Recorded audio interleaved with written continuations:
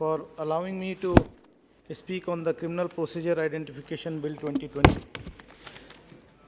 सभापति महोदय, मुझे वो दिन याद आ रहा है जब इस लोकसभा में ही टाडा और पोटा डिस्कस हुए और फिर इसी सदन ने अपनी गलती मानी और उन दोनों एक्ट्स को रिपील किया। लेकिन तब तक बहुत देर हो गई थी, बहुत सारे बेगुनाह लोग उन ड्रैकोनियन लॉस का शिकार हुए। इस सदन में भी एक सदस्य हैं, आज दिखाई नहीं दे रहे हैं मुझे, शंभू शरण सिंह जी, बृजभूषण सिंह जी, कि वो भी इस टाडा लॉ का दुरुपयोग हुआ था, उसके शिकार वो हुए। सभापति महोदय, हम पुलिस में रिफॉर्म्स हो, मॉडर्नाइजेशन ऑफ पुलिस फोर्सेस हो, एजेंसीज हो, इसके विरोधी नहीं है। आतंकवादियों पर, देश विरोधी ताकतों पर सरकार अंकुश लगाए, उसके हम पूरी तरीके से समर्थन में हैं। और जब जब कोई भी सरकार रही है, इस सदन ने एकमत होकर फैसला किया है।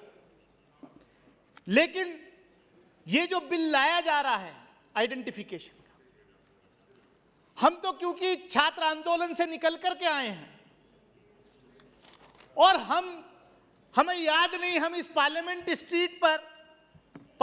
स्ट्रीट के पुलिस स्टेशन में कितनी बार जिंदाबाद मुर्दाबाद करते हुए, आंदोलन करते हुए अरेस्ट हुए होंगे और डिटेन हुए होंगे और रिलीज हुए होंगे।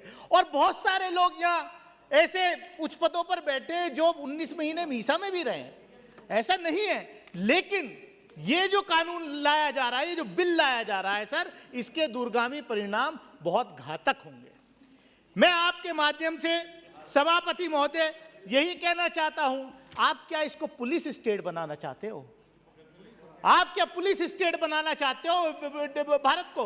आप किसको आप पावर दे रहे हो? एक इसमें बिल में जो कहा है कि एक हेड कांस्टेबल जो है वो अगर चाहेगा तो आपका पूरा जो है प्रोफाइल, आइडेंटिफिकेशन प्रोफाइल वो कर सकता है। अरे डाटा प्रोटेक्शन बिल अभी आया नहीं, आज कंट्रडिक्शन है। मैं तो देखता हूं सब डाटा प्रोटेक्शन की क्या हालत है। मेरे ख्याल से क्योंकि मैं एक मोबाइल रखता हूं और वही सरकारी है, वही प्राइवेट है, उसी पे सबसे बात होती है। पता नहीं दिन में कितनी मार्केटिंग कॉल आ जाती है। तो ये हाल तो डाटा प्रोटेक्शन की है इस देश में।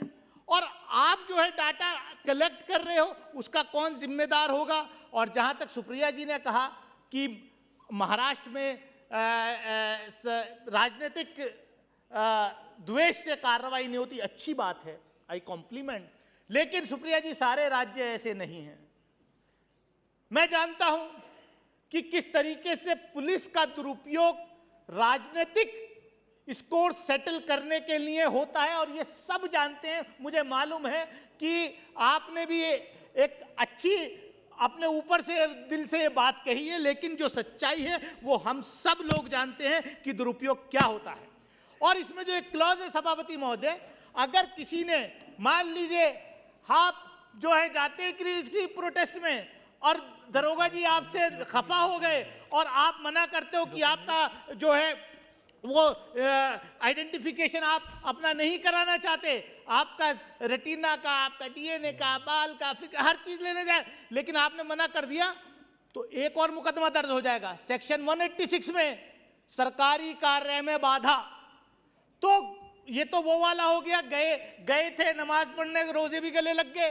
तो ये होगा जो आंदोलनकारी होंगे उनके साथ देश में ये होगा। आप जो है ये आप ये करना चाहते हैं कि आप जो है इस देश में कोई आवाज ना उठे।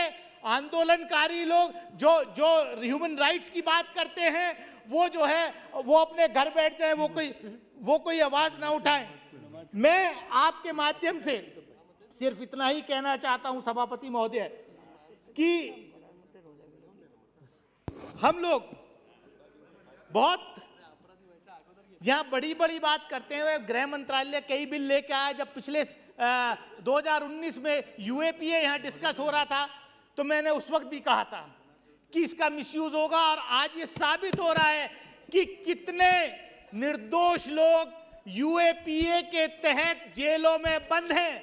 जो आंदोलनकारी, जो सिटीजनशिप अमेंडमेंट एक्ट के खिलाफ आंदोलन कर रहे थे, उनको झूठे यूएपीए के केस लगा करके जेलों में बंद किया गया है। ऐसे अनेकों छात्र आंदोलनकारी आज हैं जिनके खिलाफ चार्जशीट नहीं हुई, 2-2 साल हो गए लेकिन चार्जशीट नहीं हो रही, वो उनको जमानत भी नहीं मिल रही है। सभापति महोदय, हम क्योंकि इस सदन में कोई ऐसा कानून ना बनाए, कोई ऐसा बिल पास ना करे जिसका आने वाले वक्त में दुरुपयोग हो, मैं आपके माध्यम से सरकार से, माननीय गृह मंत्री जी से फिर ये अपील करूंगा कि आप इस पर विचार करिए, पुनर्विचार करिए, इसको स्टैंडिंग कमेटी में भेजिए, फर्दर इस पर डेलिब्रेशन हो, और तब इसको बिल को दोबारा इस सदन में लाया जाए। ऐसा ना हो कि जैसे पिछले इतिहास रहे हैं कि जल्दबाजी में लाए गए बिल जो है उससे लोगों के राइट्स का भी हनन हुआ है, और अल्टीमेटली सरकार को जो है उनको फिर रिपील भी करना पड़ा है। बहुत बहुत धन्यवाद।